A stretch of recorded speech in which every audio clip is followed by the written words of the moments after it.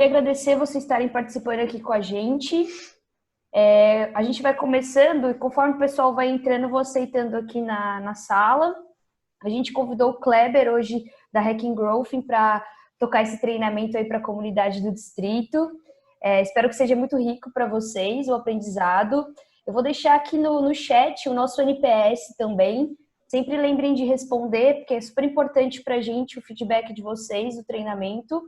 E também podem sugerir treinamentos lá nos comentários também, para a gente estar tocando essa trilha aí, tá bom? Obrigada, Kleber, pode ir tocando. Beleza. Bom, pessoal, muito prazer. Bom dia para todo mundo. Manhãzinha aí fria em alguns lugares e chuvosa, né? Mas a gente tem que trabalhar e fazer aí a coisa acontecer.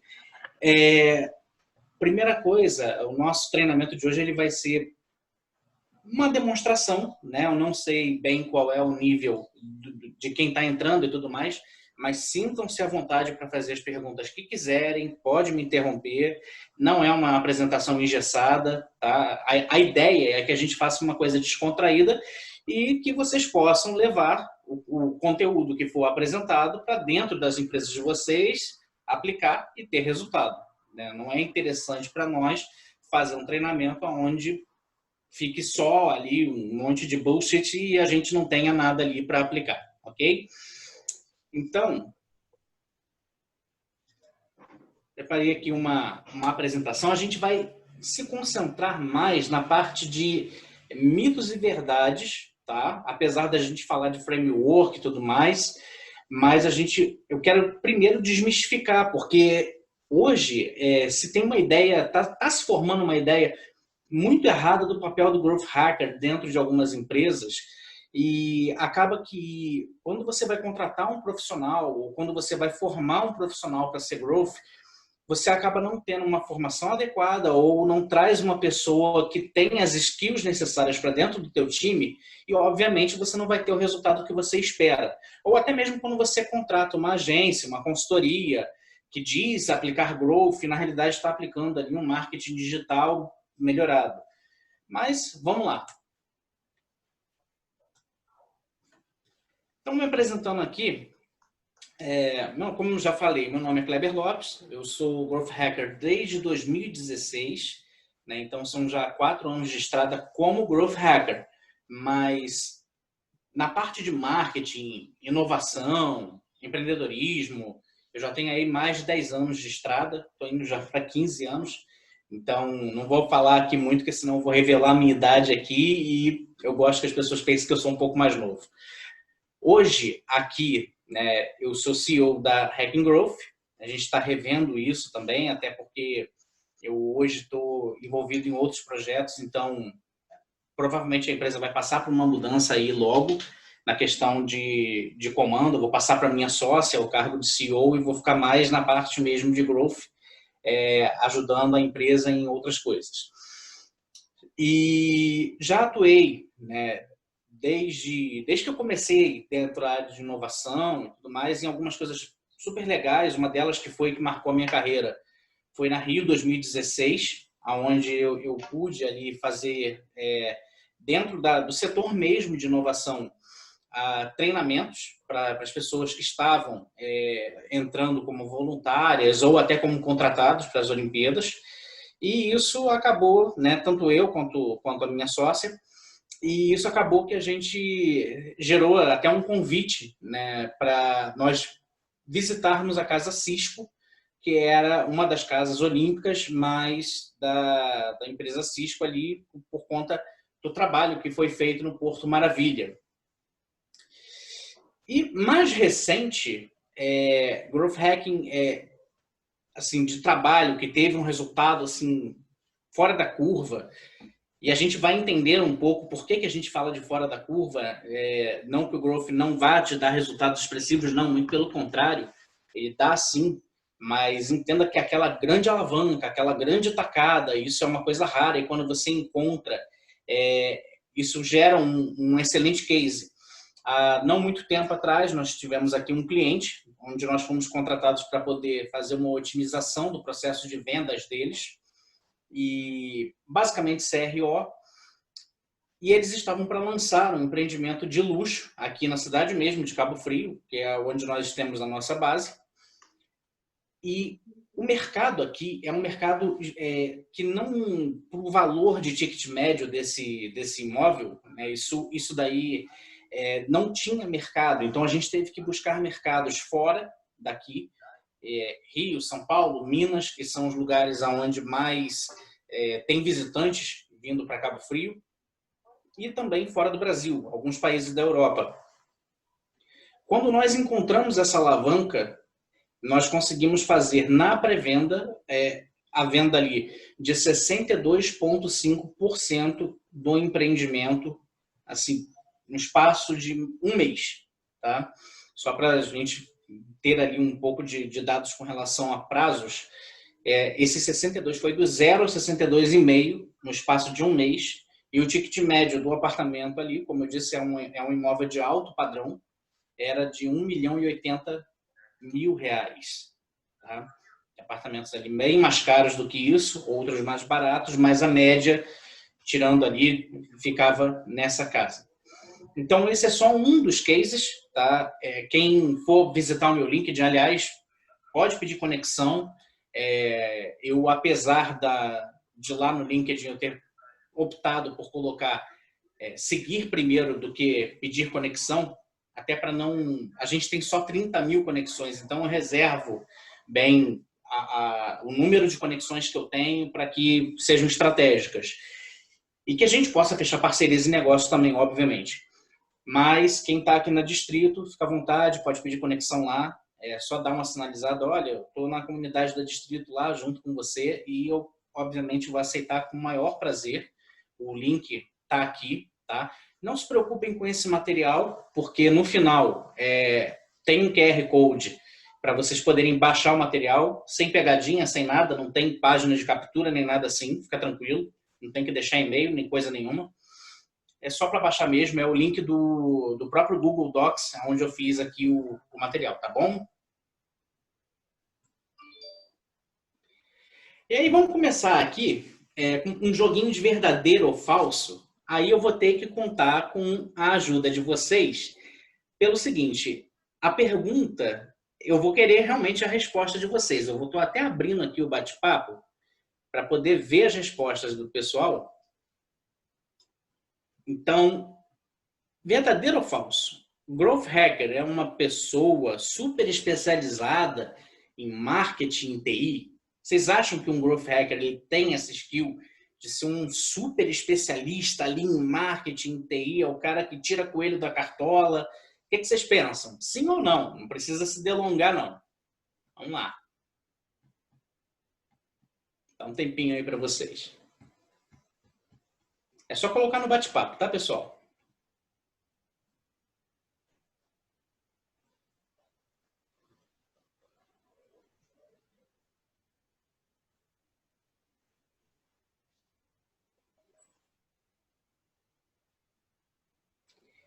Isso, beleza. Bom, quem respondeu que não, acertou.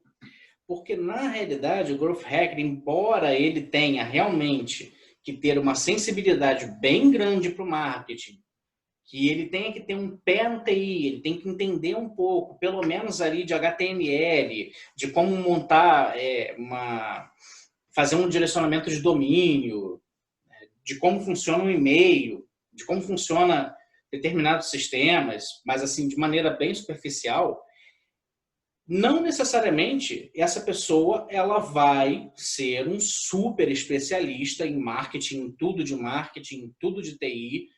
E só que o que a gente verifica? À medida que um Growth Hacker ele se forma, ele é júnior ali, ele num primeiro momento ele é aquele especialista generalista, tá? E aí eu tiro aqui pela minha própria equipe.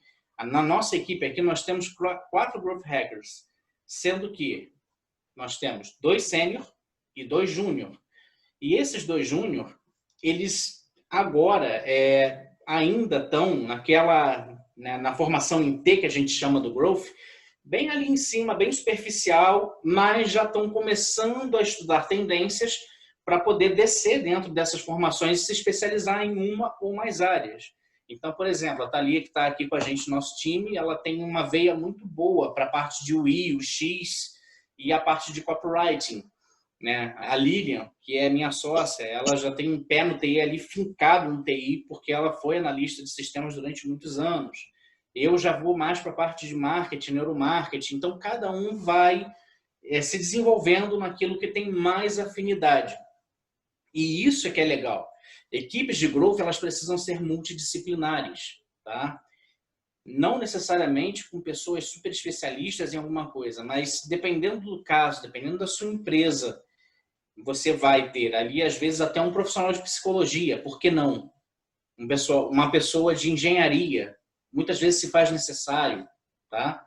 Isso vai depender muito do seu foco, ok? Então, mas no geral, quando a gente fala de equipe de crescimento, quem coordena o trabalho de uma equipe de crescimento normalmente é um growth hacker, tá? A não ser que esse growth hacker não tenha ali as skills necessárias para coordenar esse trabalho. Mas, no geral, é assim que acontece, até porque ele que tem que implementar os frameworks que a gente vai ver depois.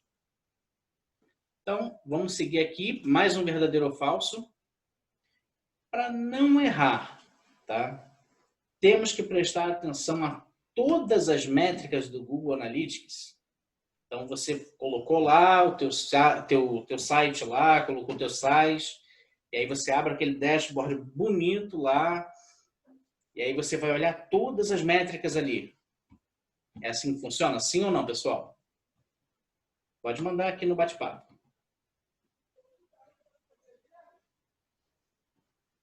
Dá um tempinho para vocês mandarem.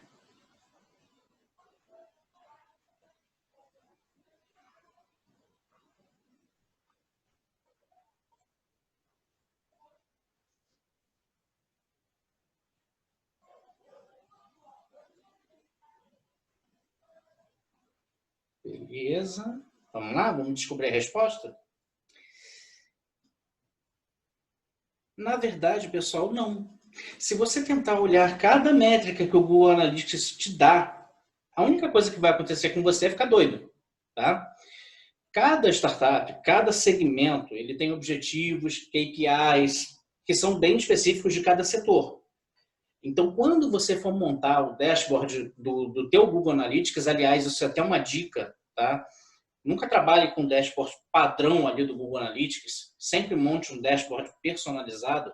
E aí você pode usar outras ferramentas também para poder fazer uma complementação, que depois a gente até vai falar um pouquinho de tools. Sempre monte um dashboard bem personalizado para as métricas que você quer observar. Tá bom? Por quê? Às vezes, num primeiro momento, por exemplo, vamos supor que hoje não seja uma opção para a tua empresa como canal, tá? Você veicular campanha em televisão, tá bom? Então não faz o menor sentido, por exemplo, você traquear um número de telefone. Mas se você já tem na televisão uma campanha com um número de telefone específico, muitas vezes por VoIP, e você quer metrificar quantas ligações estão entrando por conta daquele anúncio, você pode criar sim um número ali no VoIP específico para aquela campanha e a partir daí você ter essa métrica de entrada de quantas pessoas estão respondendo ao teu anúncio. Então, algumas coisas que não tinha antigamente como metrificar, outdoor, mídia impressa, televisão, rádio. Hoje em dia você tem como sim metrificar esses canais e muitos deles através do próprio Google Analytics. Mas o que faz sentido para a tua empresa hoje, né? Pode ser que uma métrica mais básica faça mais sentido. Talvez você esteja ali ainda muito no início da tua startup, ainda está muito naquele estágio de semente, está colocando um MVP no ar. O que você vai ter que medir? A aceitação primeiro. Ou, vamos dizer que você já está num estágio mais avançado, você já está ali tracionando a tua startup. De repente, você vai ter que trabalhar canais alternativos. Por exemplo, começou aqui em Cabo Frio agora, tá? Só para citar um exemplo, o iFood a fazer campanha na televisão, nos canais locais aqui, né? Nas afiliadas da Rede Globo, enfim, na televisão aberta. Mas por quê? Porque desde o início da pandemia para cá, houve um boom muito grande de pedidos através do iFood e alguns restaurantes até conseguiram se salvar aí por conta de utilizar o iFood como canal para poder fazer suas vendas. Então, hoje, o iFood entendeu que era interessante investir também em canais mais locais, tá? E canais, depois a gente vai falar um pouco mais, mas a gente tem aí infinitos canais que a gente pode trabalhar, isso tem que ficar claro também. A questão é como você vai priorizar cada um deles, tá legal? Como eu disse, vou reforçando para quem chegou agora, se quiser fazer alguma pergunta, pode fazer, pode me interromper, não tem problema nenhum, tá bom? A gente para e discute aqui dentro do tema. Se for uma coisa que for mais para frente, aí eu falo, não, vou te responder um pouquinho mais para frente. Já? Bom, vamos lá. Próxima pergunta aí de verdadeiro ou falso. Uma startup sempre estará bem, olha bem, sempre estará bem, se sua aquisição de novos clientes for positiva? Essa pergunta é um tantinho polêmica. E aí, o que vocês acham?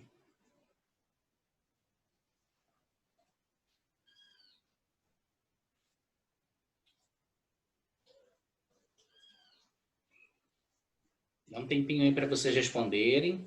É importante que vocês participem, tá, pessoal? Quando a gente participa que a gente vai gerar dúvida e tudo mais. Então, é bacana a gente participar.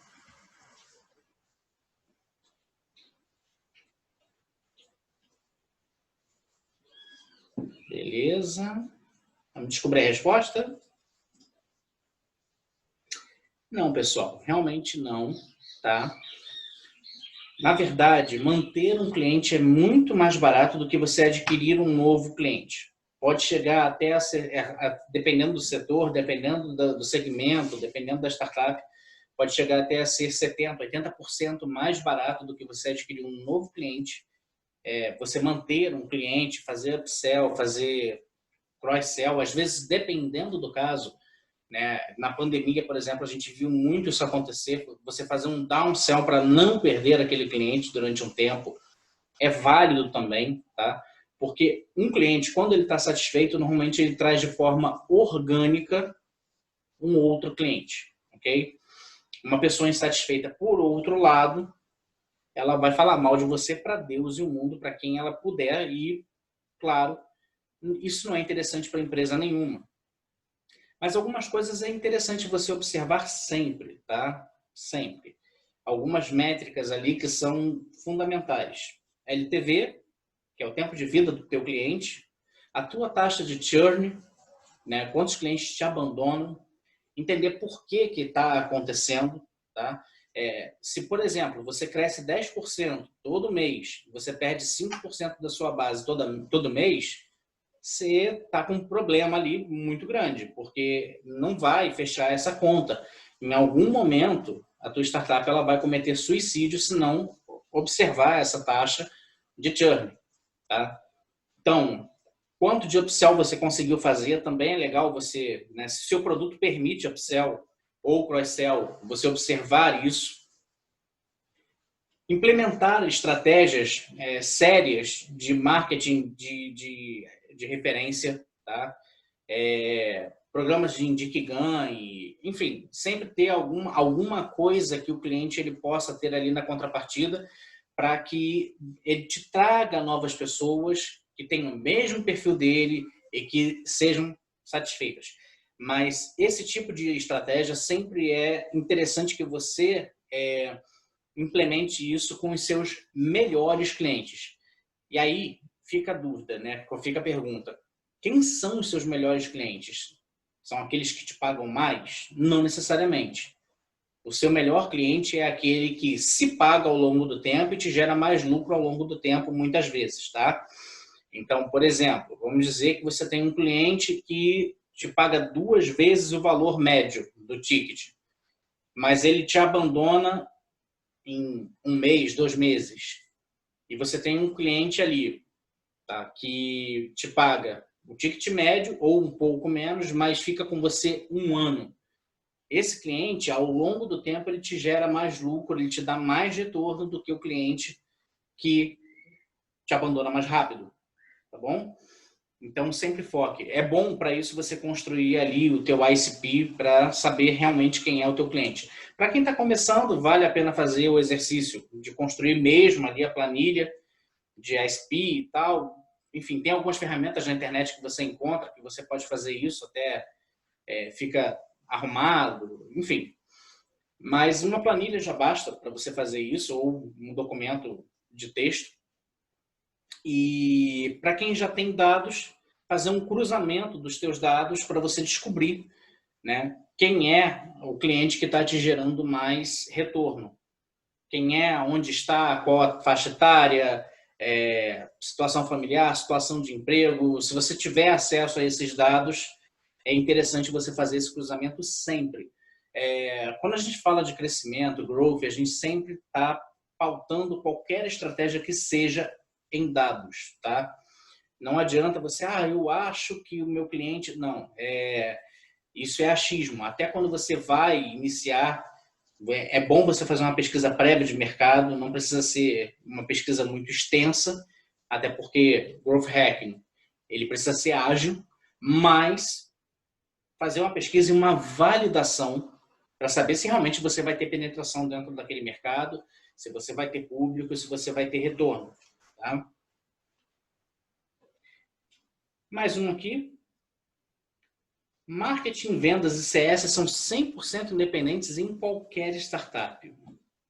Gente, essas afirmativas que a gente está colocando aqui são coisas que a gente escuta no dia a dia. Não sei se vocês repararam isso, eu quis fazer essa provocação, tá?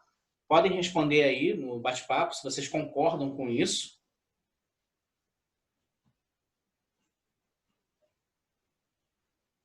Pois é. E a gente escuta muito algumas empresas falarem, né, que tentarem contratar growth hacker como um faz tudo. A gente vê muita gente falando que não, eu tenho o Google Analytics lá arrumado, estou olhando tudo. Não é uma coisa legal, né? Você tem que ter foco no que você quer. A gente vê também essa questão aqui do marketing CS e, obviamente, né, essa daqui está bastante óbvia, que, na realidade, eles não são independentes, tá?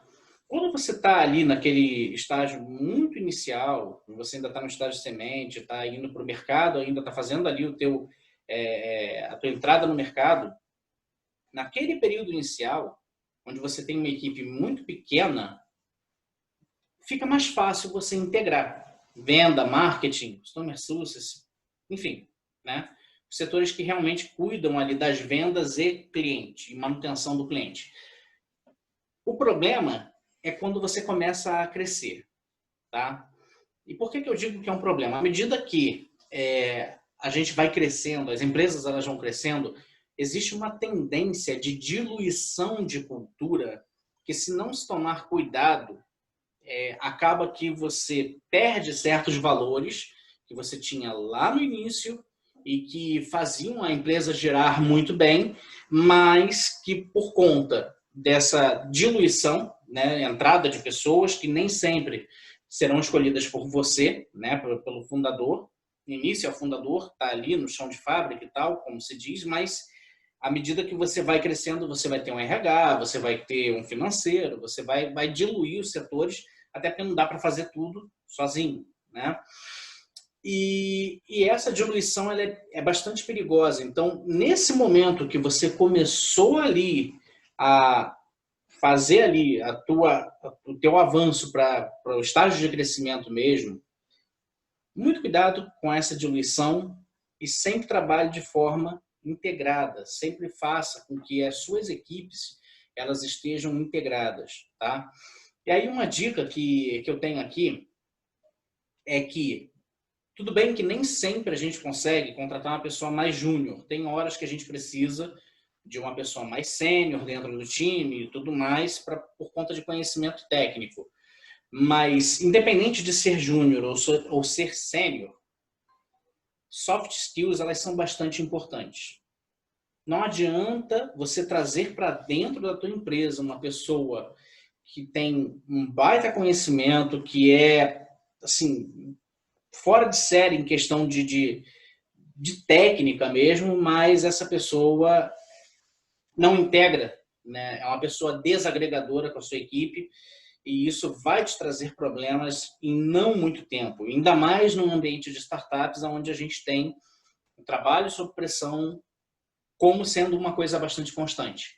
Então, se a pessoa não tiver soft skills bem desenvolvidas, inteligência emocional, saber lidar com o próximo, enfim, coisas que são valores mesmo, acaba que você não consegue manter essa unidade dentro da equipe e corre o risco de você, enfim, ter ali problemas com seus clientes, problemas de manutenção dos clientes, aumento na taxa de churn. É nessa virada, inclusive, que a tendência é que as taxas de churn de determinados produtos e serviços eles aumentem. Então, por isso até que eu trouxe essa questão, tá? É porque é um erro bastante comum. Esses setores chaves eles se desagregam e por conta dessa desagregação acaba que o churn obviamente aumenta e você não sabe nem muitas vezes por onde começar. Há não muito tempo atrás eu tenho um amigo meu, ele é CS dentro de uma empresa. Ele falou, Kleber, olha, não sei o que está acontecendo. Cara, a gente tem um software muito bom e o pessoal está abandonando, está cancelando. E isso foi antes da pandemia, tá, pessoal? Eu perguntei para ele, cara, vem cá, tua empresa está em fase de contratação ou está com gente nova, assim, um número considerável recente? Ele, sim. Contratou agora, há pouco tempo, 10 pessoas. Eu, tá, e quantas pessoas trabalham na empresa? 50. Falei, já verificou lá com o teu chefe como é que tá a cultura e tudo mais? Se foi passado para essas pessoas a cultura da empresa, se conseguiu integrar? O que ele fez? Ele realizou um trabalho ali de integração com essas pessoas e as taxas de churn começaram a diminuir. Então, cuidado com isso aqui, tá, pessoal? É só uma dica. Vamos começar agora a falar um pouco mais de growth, mais parte técnica, tá?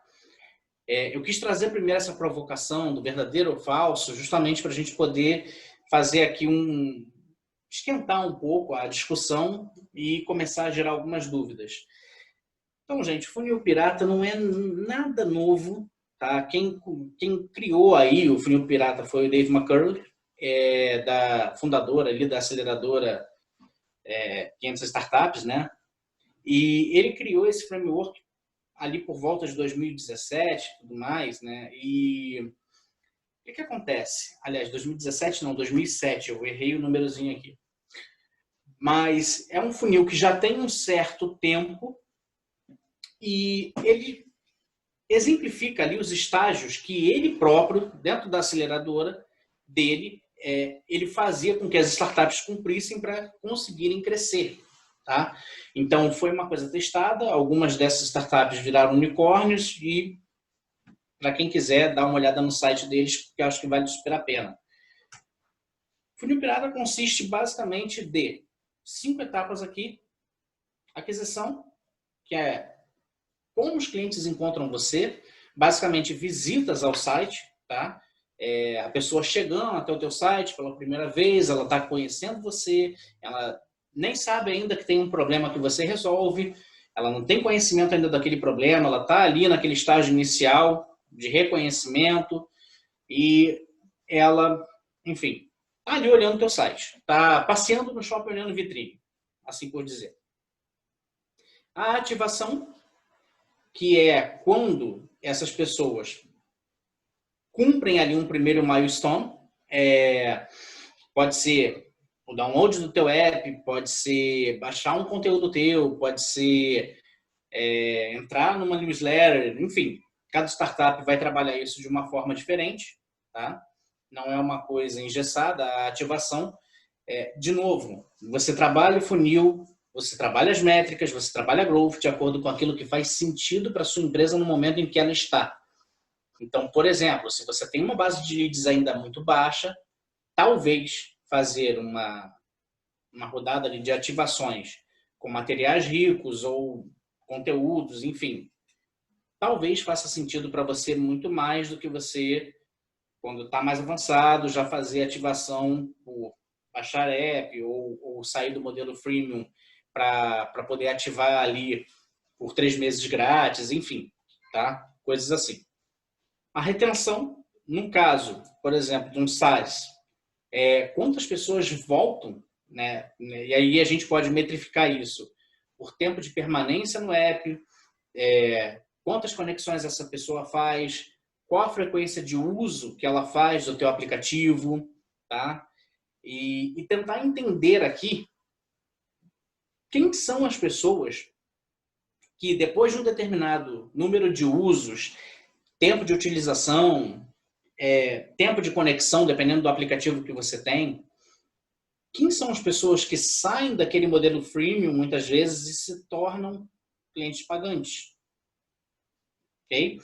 Se você tem um modelo freemium, é muito interessante você observar isso, porque você consegue replicar isso como uma alavanca de crescimento para fazer receita. E não só se pautar tem algumas startups que a gente vê que, quando lançam app, elas se pautam muito nas avaliações que são feitas nas lojinhas. Isso é interessante? Óbvio que sim. Mas só isso não é uma métrica tão confiável assim, porque às vezes a pessoa está com pressa e ela vai lá e te dá 5 estrelas e você não sabe por que ela te deu 5 estrelas. Ou ela acorda de mau humor, como qualquer ser humano, e ela te dá uma estrela e você não é uma estrela para ela, porque você já está no dia a dia dela, você já usa aquilo ali. Quantos de nós, por exemplo, já não deu ali naquele NPS do iFood, só para citar, uma nota baixa para o iFood porque o entregador fez cagada com a nossa pizza. A pizza chegou zoada, né? Ou a comida chegou fria, ou o restaurante te atendeu mal. Você acaba personificando, e quando a gente está falando ali de marketplace, então, mais ainda. Mas não necessariamente a pessoa acha que realmente você não agrega valor. Então, fazer pesquisa de NPS é um caminho para que você possa fazer também ali a tua retenção, você entender o que está acontecendo, do que as pessoas estão reclamando, o que elas acham legal, o que elas não acham tão legal assim. Sempre está de olho no que o usuário está querendo utilizar e como está a experiência geral desse teu usuário é muito importante. Quando você identifica que tem um cliente que dentro do teu NPS ele está batendo ali 10 pontos, 9 pontos, de uma maneira meio que constante, é interessante você oferecer alguma coisa para essa pessoa e fazer ali um marketing de recomendação para que ela traga outras pessoas. Porque é uma pessoa que vai, com certeza, né? Por exemplo, se você faz um marketing de recomendação com uma promessa de desconto ou alguma coisa assim, e essa pessoa ainda não está naquele ponto naquele momento uau, que a gente chama, pode até ser que ela te indique por conta do desconto, mas ela vai te indicar para 1, 2 pessoas e acaba que essa campanha pode sair um pouco cara.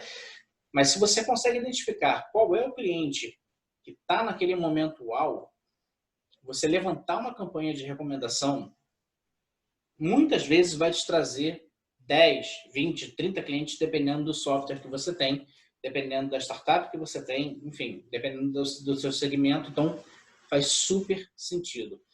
E aí você fala, caramba, mas retenção, recomendação, receita, é isso mesmo? Isso daqui pode ser invertido, tá? Não necessariamente você vai ter a recomendação antes da receita. Muitas vezes, em muitos casos, por exemplo, vamos dizer que você seja uma Martech, okay? Que é o nosso setor aqui. Você não vai ter a recomendação antes da receita, muito difícil. Por quê? Porque não tem como você gerar uma experimentação de um serviço de marketing. Entende? Então, dificilmente você vai ter isso, tá? Então, você vai ter a receita primeiro, depois a recomendação.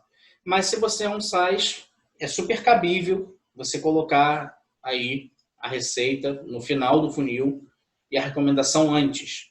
Porque o teu cliente ali, ele já está utilizando a tua plataforma, ele já está te gerando dados, ele já está mostrando para você quais são as chances de que ele tem de virar receita, ou ele já virou receita e ele pode trazer outras pessoas de uma forma muito mais barata, diminuindo ali o teu CAC, com o mesmo perfil que ele. Joia? E aí, pessoal, escolher KPI é uma coisa que ela é um pouco complexa, mas tem alguns KPIs que são básicos para todas as startups que precisam ser sempre observados, tá? Page views dentro ali do teu Analytics, a tua taxa de bounce dentro do teu site, ou seja, quantas pessoas elas saem ali do teu site sem fazer nenhum tipo de interação, ela entra para uma landing page e ela sai e não faz nada, tá? Qual é a rota de saída, né? Você verificar ali a tua taxa de saída também é interessante para você entender por onde que essa pessoa está passando, onde ela está permanecendo. É bom você verificar isso sempre junto com o tempo de permanência. É claro que se você tem um blog, você quer que a pessoa leia um conteúdo, você já tem uma ideia mais ou menos de quanto tempo leva para ler aquele conteúdo por meio da média que você faz de você mesmo lendo. Então, às vezes ali no Google Analytics está dizendo para você que não está legal, mas você sabe que é um conteúdo rápido de ler e a pessoa, de repente, vai passar ali 1 minuto naquela página. Mas se ela está saindo direto e não está realizando nenhum tipo de ação depois, por que isso está acontecendo? É interessante você fazer testes sempre para entender qual é o cenário. Número de conversões, tá? Bater essa métrica e cruzar ela com os page views, com a rota de saída também é super interessante. A tua receita, em função dos page views, saber se está dentro do benchmark ali do setor. Teu CAC, às vezes você tá gastando muito numa campanha ou numa ação promocional e acaba que esse cliente que você está trazendo, ele não se paga. Isso acontece muito. Churn, preciso nem dizer, já falei. Lifetime Value, que é justamente o tempo de vida desse teu cliente junto com você. E aqui, no final, eu coloquei, de propósito, ROAS e ROI, porque as pessoas têm uma tendência muito grande a confundir esses dois, tá?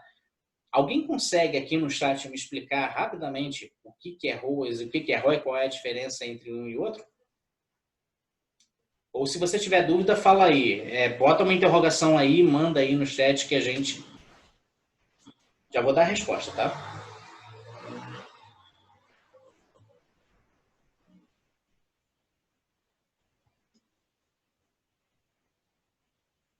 Legal.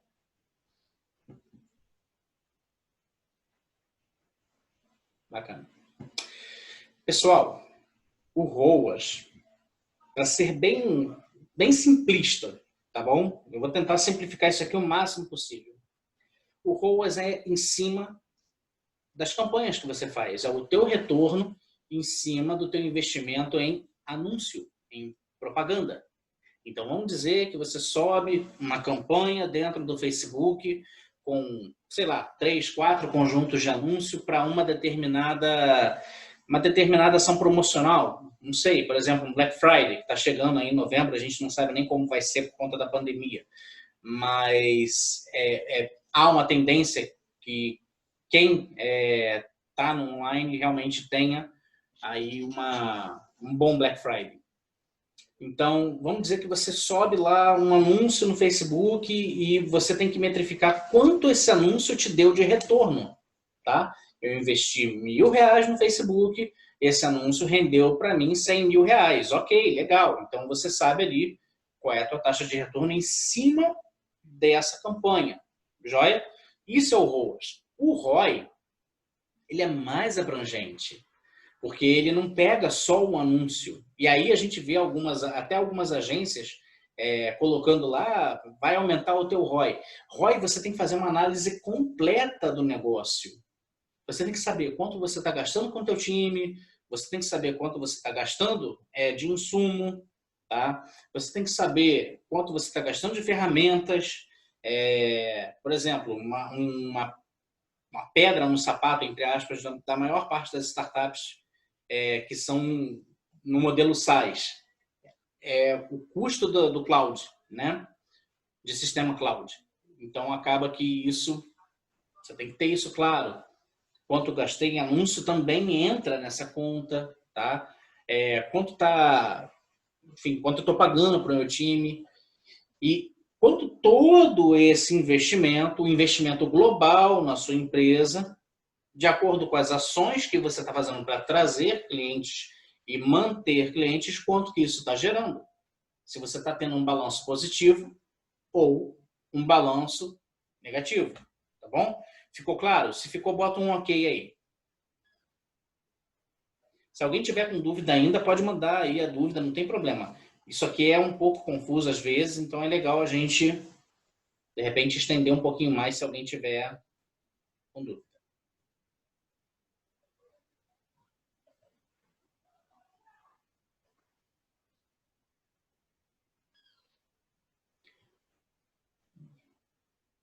Ninguém com dúvida, gente, por favor, não tenha vergonha, tá?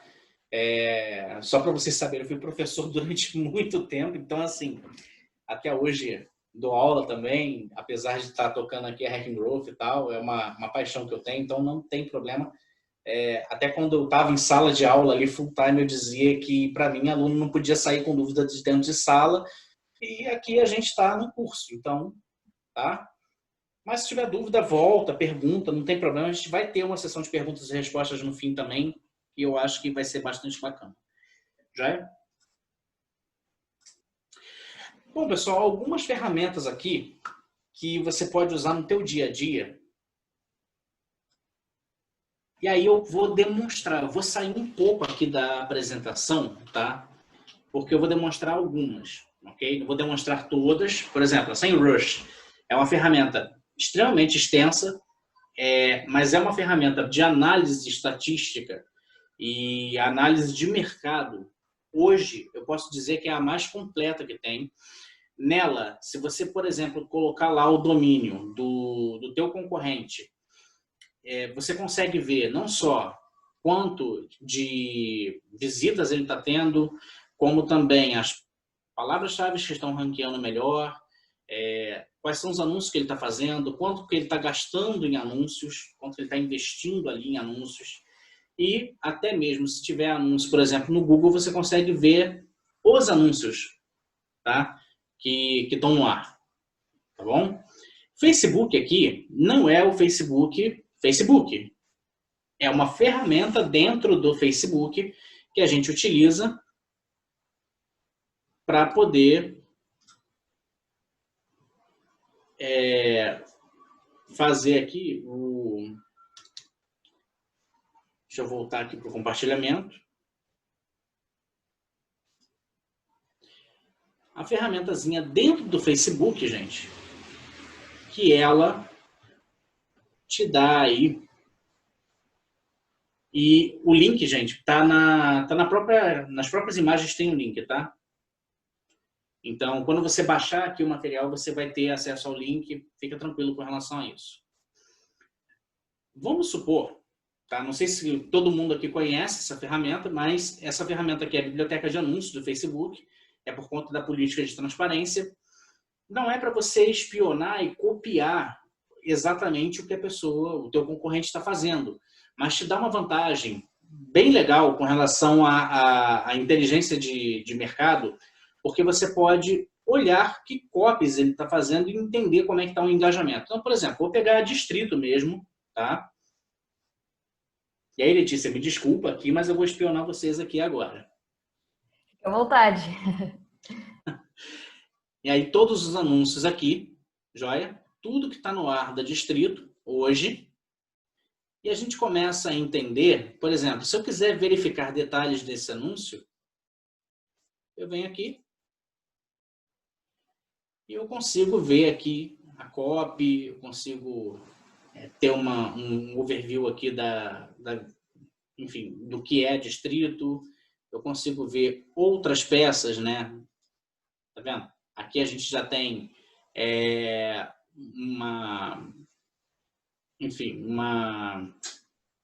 esqueci o nome que se dá essa parte do anúncio, gente, que vergonha. Mas, enfim, a gente consegue ter aqui uma chamada aqui, tá? Uma cópia aqui e outra diferente, tá? Trabalhada diferente. E, com certeza, a gente, antes, né, essa ferramenta era mais aberta e dava para você ver até mesmo detalhes de engajamento, mas nada te impede, por exemplo, de você copiar o link do anúncio e ir lá ver.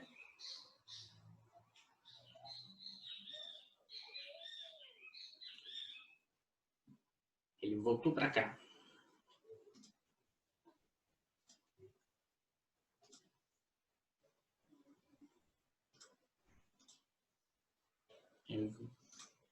O vídeo. Eu posso ir lá na página da Distrito mesmo. O Facebook ele passou por uma reformulação do feed. Eu particularmente, não sei vocês, mas eu estou tendo uma certa dificuldade para abrir ele no desktop.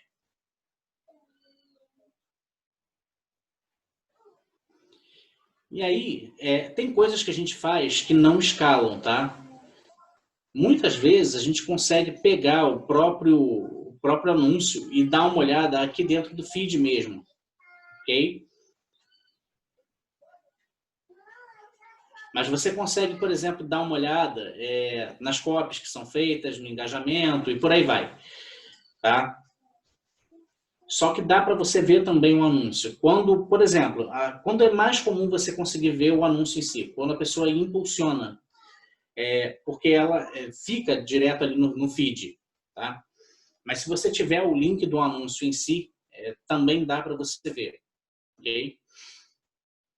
Outra ferramenta que a gente tem, que é bem legal, não sei se vocês conhecem essa daqui, essa ferramenta aqui, a Suescad, ela te dá, por exemplo, palavras-chave dentro do teu setor. Então, sei lá, vamos pegar o meu caso aqui. E eu vou já dizer por que isso aqui é interessante, tá?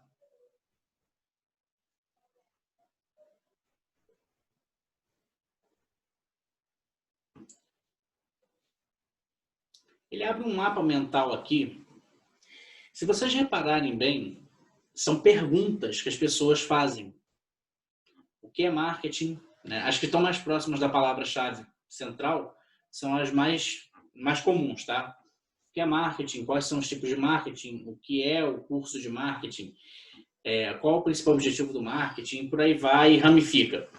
Por que isso aqui é interessante você usar uma ferramenta como essa? Tem só essa? Não, tem outras também, tá? Mas eu gosto bastante dessa daqui. É uma ferramenta free também, então é tranquilo de usar. Hoje, a gente está vendo que está sendo implementado cada vez mais a questão da sintaxe para buscadores de voz. Estima-se que daqui a não muito tempo, o navegador de internet, como a gente conhece, ele não vai ser mais como é. E a gente vai fazer a maior parte das nossas pesquisas por voz. Quem já assistiu, por exemplo, a apresentação do Google Duplex, vai ver que a inteligência artificial está avançando nisso e cada vez que essa IA está sendo treinada, ela tem maior capacidade para responder como se fosse um ser humano.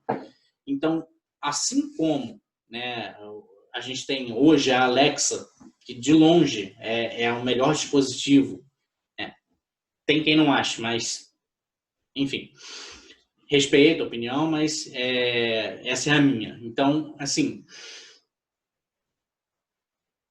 a Siri, assistente de voz do Google, a Cortana do Windows, tudo isso tudo está evoluindo e a tendência é que a gente pare de digitar as coisas, até o modelo celular, como a gente conhece.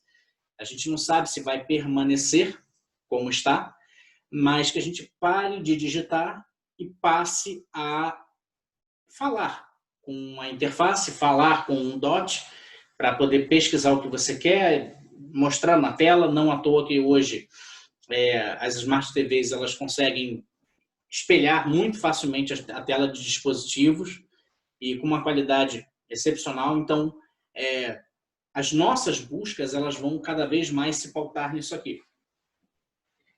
Por que é interessante? Se você preparar agora o SEO do teu site para conteúdo por voz, você está 2 passos à frente de quem não fez isso. Se você puxar pela tua memória, você vai lembrar de várias páginas que você entra na internet, que você olha e que você não entende o que aquela pessoa faz, o que aquela empresa faz, tá?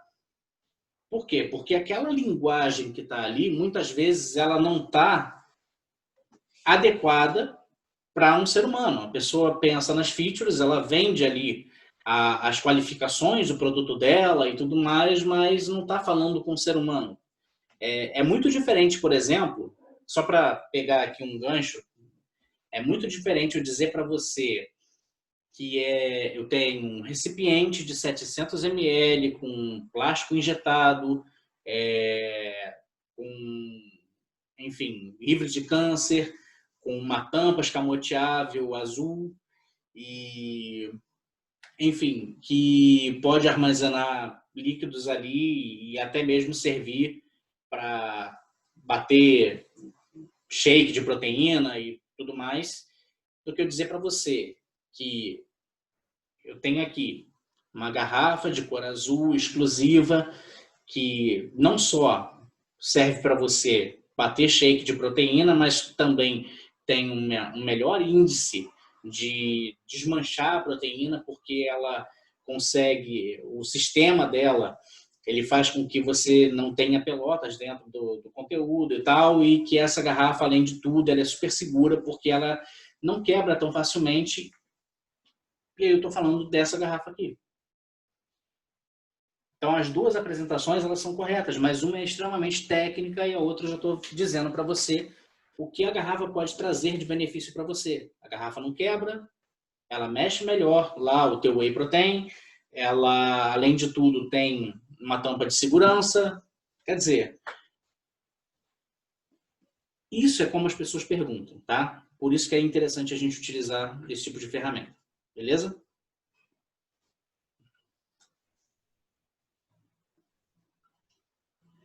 Bom, outras ferramentas aqui, gente, eu coloquei o Canva aqui, porque nem sempre a gente tem um designer à disposição para poder fazer as artes que a gente precisa e algumas vezes a gente precisa ser rápido, na maioria das vezes, para falar a verdade. Então o Canva ele resolve bem a questão, é uma ferramenta que mesmo na versão Pro era uma ferramenta barata. Hoje tem algumas coisas que estão bastante interessantes lá, como por exemplo a possibilidade de ter animação e tal. E além disso, tem os templates que você pode utilizar, mas ela vai te facilitar numa coisa que é chave para você levantar qualquer processo de growth, que é você ter um teste AB. E quando eu falo de teste AB, é você testar realmente ou copy, ou botão, ou cores, testar o criativo em si, tá? Sempre tenha a cultura de fazer teste AB. Teste AB ele sempre vai te dar mais clareza, tá? Do que você está fazendo e se aquilo ali está, de fato, atingindo o teu público da maneira como você gostaria que ele fosse atingido. Então, ter essa cultura é muito legal, ainda mais quando você tem algum tipo de ação que você queira fazer ali mais rápida. Aqui, a gente tem o Google Data Studio, que, como eu falei, tem só o Google Analytics? Claro que não. É sempre bom, quando possível, a gente implementar uma camada a mais de inteligência. E você pode fazer isso no Power BI, você pode fazer isso no Google Data Studio, você pode fazer isso numa outra ferramenta que seja paga, enfim, dependendo do que faz mais sentido para você. O Google Data Studio, ele além de ser gratuito, né, além de ser uma ferramenta ali da Google, está disponível e tal, ele ainda tem uma coisa que é interessante, que é a facilidade de uso. Então, até mesmo uma pessoa que é mais leiga, ela consegue montar um dashboard pegando dados de várias fontes. Então, ela consegue puxar dados do Google Analytics, ela consegue puxar dados de uma planilha, ela consegue puxar dados do CRM, ela consegue puxar dados do software de automação de marketing, enfim, tá? Isso eu acho bastante interessante. É bem mais prático do que, por exemplo, um Power BI. O Power BI, você tem uma curva de aprendizado maior para você fazer a mesma coisa e o resultado ali muito semelhante. Fora que, visualmente, a montagem do dashboard no Google Data Studio, dependendo ali do que você for fazer, pode ficar mais clara, tá? Vamos aos frameworks agora. A gente já está avançando aqui no tempo. E aí eu vou... A primeira coisa, antes de você pensar em levantar qualquer tipo de estratégia de growth, é você ter uma métrica master do teu negócio. Tá? A North Star Metric lá, como o Sean Ellis, que cunhou o termo, ele definiu. E por que é legal você ter essa métrica, você ter clareza nessa métrica? É você, além de você ter foco aonde você quer chegar, muitas vezes você ter a métrica master, principalmente quando você está no início, ela te ajuda também a definir o teu product market fit do teu negócio.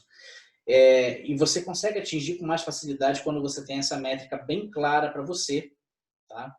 Uma dica que se dá, cuidado para você não fazer essa pergunta para o seu cliente depois que você já estiver estabelecido no mercado, que você já estiver tracionando, porque senão você vai gerar instabilidade.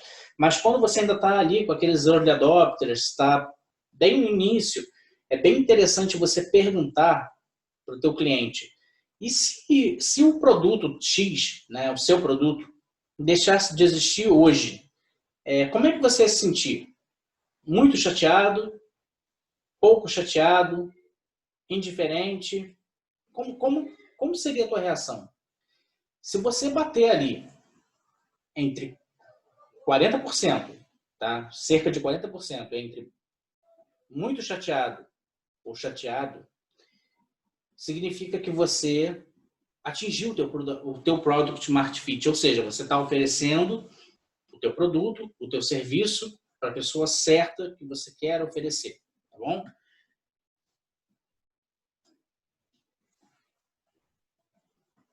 Bom, outra coisa interessante, depois que você define, tá, qual é o teu product market fit, é você aplicar o framework Bullseye.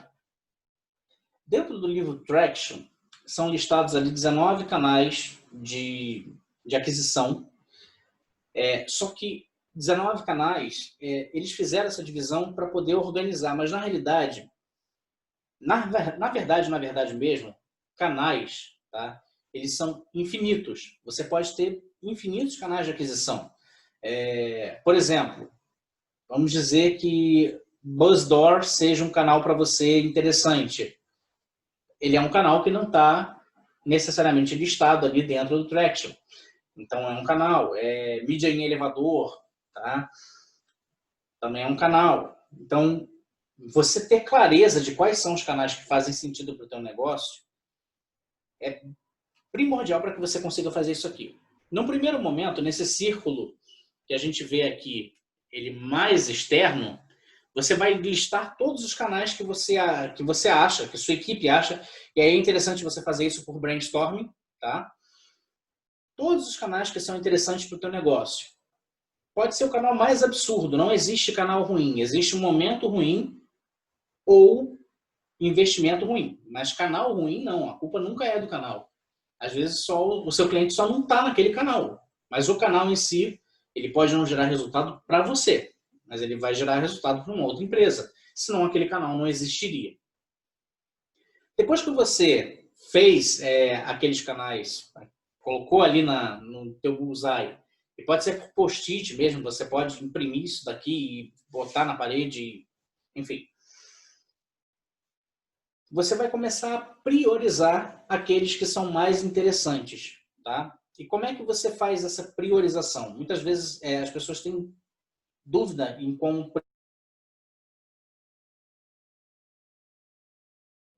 há a possibilidade de ter mais pessoas que são teu target. Joia?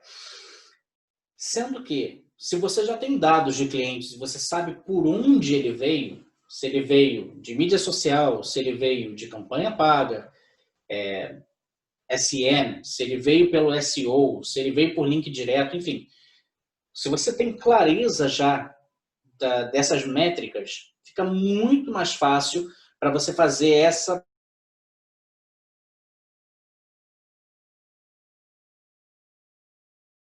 uma aonde for e se for o caso, até impulsiona isso, mas não precisa ter um número muito expressivo e sim um percentual expressivo para que você tenha uma taxa amostral que seja confiável. E aí você prioriza ali esses canais, média aí, para não colocar muitos canais, também uns 9, 10 canais no máximo, tá? No centro do alvo, o que a gente tem aqui são os canais que têm um maior potencial. São aqueles 3 canais que são ouro para você.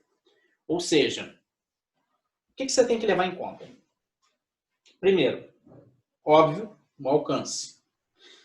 Segundo, quanto vai custar, tá, para essa pessoa converter dentro daquele canal? Qual é o custo médio de conversão? Terceiro, qual é a projeção de ROAS que esse canal pode trazer para você? Quarto,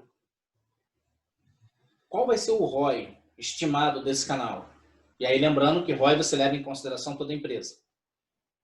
Quinto, quantos recursos eu tenho disponíveis na minha empresa? E aí envolve recurso humano também, tá? Quantos recursos eu tenho disponíveis para explorar bem esse canal e levantar uma metodologia de testes em cima dele que seja viável, que seja escalável e que eu consiga metrificar. Ok? Depois disso, que você chega a essa equação e que você consegue definir quais são os canais que têm a maior chance de você ter retorno em cima desses KPIs, você coloca esses 3 canais para produção. Será que você deve deixar de levantar testes para os outros canais? Não necessariamente. Por exemplo, pode ser que, até porque canais eles se esgotam.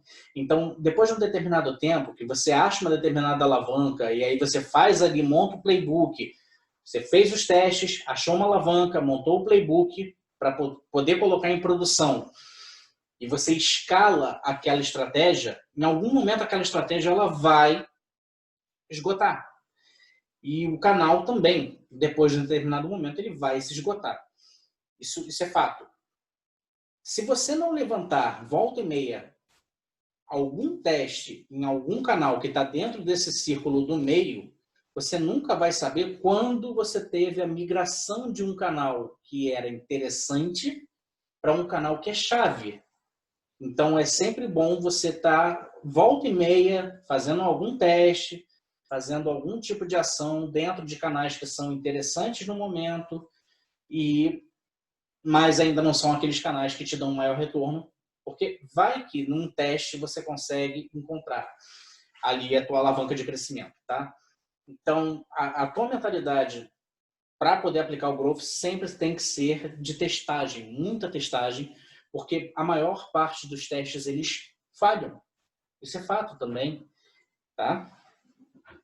Depois que você faz isso, define as metas, define tudo, define os canais, você passa por um iScore, que é justamente um framework de priorização de testes, aonde você pode disponibilizar isso para a sua equipe, né, a equipe de crescimento, e ali é uma planilha simples, tá? Você monta isso aí no Excel muito rápido.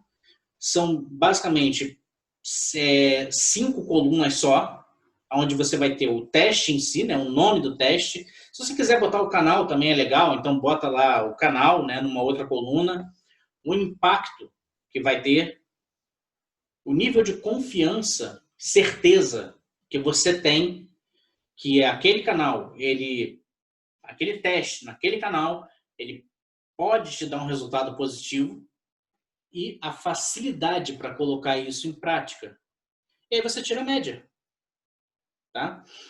Tirou a média, verificou o que faz mais sentido, você coloca em produção. Ah, mas precisa ficar engessado em cima dessa média? Não. Às vezes, você chega à conclusão de que um experimento que teve uma média inferior a um outro, às vezes ele faz mais sentido para a sua empresa do que necessariamente aquele que teve uma média melhor no iScore.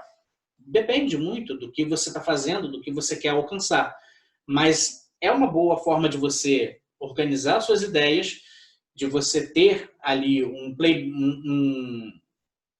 enfim, um repositório ali de ideias constante que vai se alimentando e, de repente, uma ideia que você colocou lá no ICE não está legal para ser rodada agora como teste, mas, quem sabe, se daqui a pouco você não volta lá, dá uma olhada naquela planilha e aquela ideia começa a fazer sentido para o momento da tua empresa, ela ser testada, ela ser colocada ali para produção e ser testada para você ver se vai, de fato, gerar algum tipo de alavanca.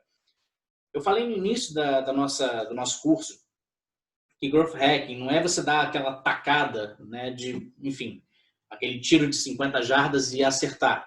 Não é isso. Na realidade, o growth hacking ele é incremental. Então, se você tem ali uma determinada alavanca que te gera 2% de crescimento, uma outra que te gera 1,5%, e mais uma que você tem que gera 3%, você tem que aferir o período total. Quanto que ao longo do período isso te gerou de crescimento, tá? Ali é que você realmente começa a ver o ponteiro mexer. Mas é interessante que se um teste também ele não faz o ponteiro do crescimento mexer, então não gasta dinheiro com ele. Tira ele do ar e coloca ele lá como aprendizado. Às vezes ele não deu certo porque não era o momento, mas algumas vezes pode ter sido também alguma coisa que você fez naquele teste e que você poderia ter feito diferente, e aí você já tem um aprendizado e você vai fazer diferente, tá? Então tenha isso sempre em mente, que você sempre tem que ter uma base de aprendizado daquilo que você fez e um ciclo de testes constantes de pelo menos ali 4 testes por semana para que você consiga ver de fato o ponteiro mexer e de fato você ter o crescimento que você espera.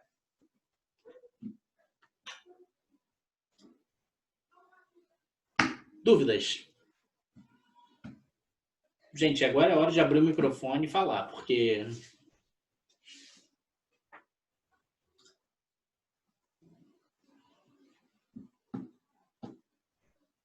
quem tiver dúvida, fique à vontade, nós somos poucos aqui na sala, mas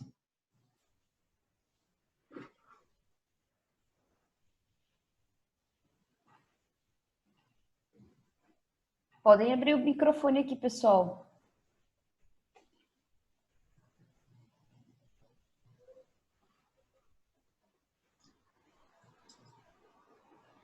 Bom, acho que está tranquilo, então. Queria te agradecer, Kleber, por esse treinamento. Acredito que foi muito rico, né, para as startups que participaram. Pessoal, o Kleber está lá na Network, ele é uma das startups residentes do distrito, então fique à vontade para se conectar com ele lá também. Eu deixei aqui no chat o link do NPS, então lembrem de responder aí para a gente, podem colocar sugestões, comentários. A gente está aqui para entender realmente o que faz sentido para vocês e dar sequência nessa trilha de treinamentos também. E semanalmente eu coloco ali na Network também, no canal de eventos, todos os treinamentos que a gente vai ter durante a semana. E no final da semana eu coloco a gravação deles. Então a gente gravou esse treinamento e eu vou disponibilizar lá para vocês também. Tudo certo? acabei de botar aí, Letícia, já que eu não apresentei o último slide aqui, né?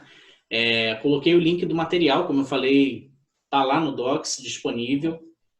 É só pegar lá e consultar. Os links todos das ferramentas que eu mencionei estão lá também. Os nossos contatos também. Lá tem link para o meu LinkedIn. Quem quiser fazer conexão será muito bem-vindo, mais uma vez.